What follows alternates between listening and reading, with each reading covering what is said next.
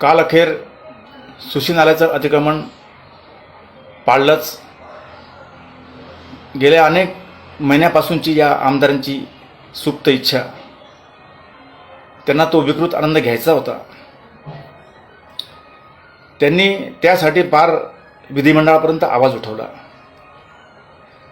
परंतु फक्त सुशी नाल्यावरच अतिक्रमण का? शहराचे इतर अतिक्रमण जे धनदांडग्यांनी अनेक जागा बळकावून ठेवलेल्या आहेत, अग्रावनगरपासून सुरुवात का करत नाही? जे मोठमोठे लोकांनी अतिक्रमण केलेले हे जागा हडपण्यासाठी हव्यासापोटी केलेले आहेत.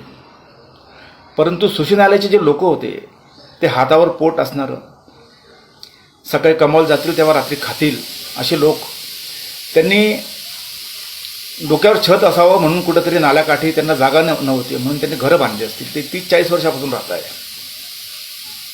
त्यांना काही हौस नाही या गटरेत लोळायची, अत्यंत घाणेरड्या वातावरणामध्ये आपल्या कच्च्या बच्च्यांसह राहायची मुळीच हौस नाही आहे. परंतु ते 30-40 वर्षापासून राहत असताना तुमची जबाबदारी होती सरकार म्हणून की त्यांना पक्की घरं द्यावी, त्यांचं पुनर्वसन करावं.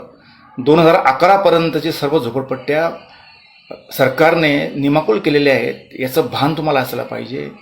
किमान तुमचे नेते पंतप्रधान नरेंद्र मोदी यांनी 2022 पर्यंत सगळ्यांना घर देण्याचं वचन दिलेलं आहे, त्याची तर तुम्ही पूर्तता करा. त्यांचा तर शब्द तुम्ही ठेवा. घर पाडलं, तुम्हाला तो विकृत आनंद झाला असेल, परंतु त्या बिचाऱ्यांची दयना झाली. अहो, इतक्या किलकाऱ्या मारत होते ते लहान मुलं, त्यांची घरं पडत होती, त्यांना काहीच समजत नव्हतं हिंदू धर्म काय असतो, मुस्लिम का असतो, आणि हा आपल्या आमदार आपल्या जीवावर का उठला हे त्यांना कळत नव्हतं.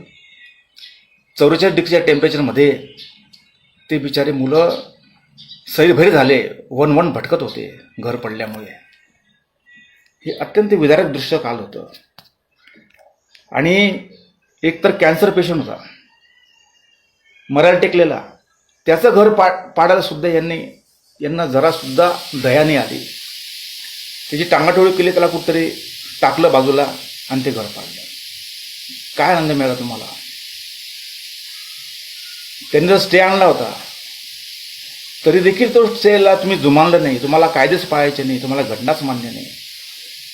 आणि हे ज्यांच्यावर जबाबदारी आहे कायदा सुव्यवस्था राखायची, कोर्टाच्या न्यायालयाच्या निर्णयाचा सन्मान राखण्याची, डिस्ट्रिक्ट कलेक्टर, पोलीस प्रमुख, आयुक्त यांना माहीत असून देखील, स्टे मिळाला हे माहीत असून देखील त्यांनी त्याची पर्वा केली नाही आणि या आमदाराच्या नादी लागून कायद्याचा मुर्दा पाडला.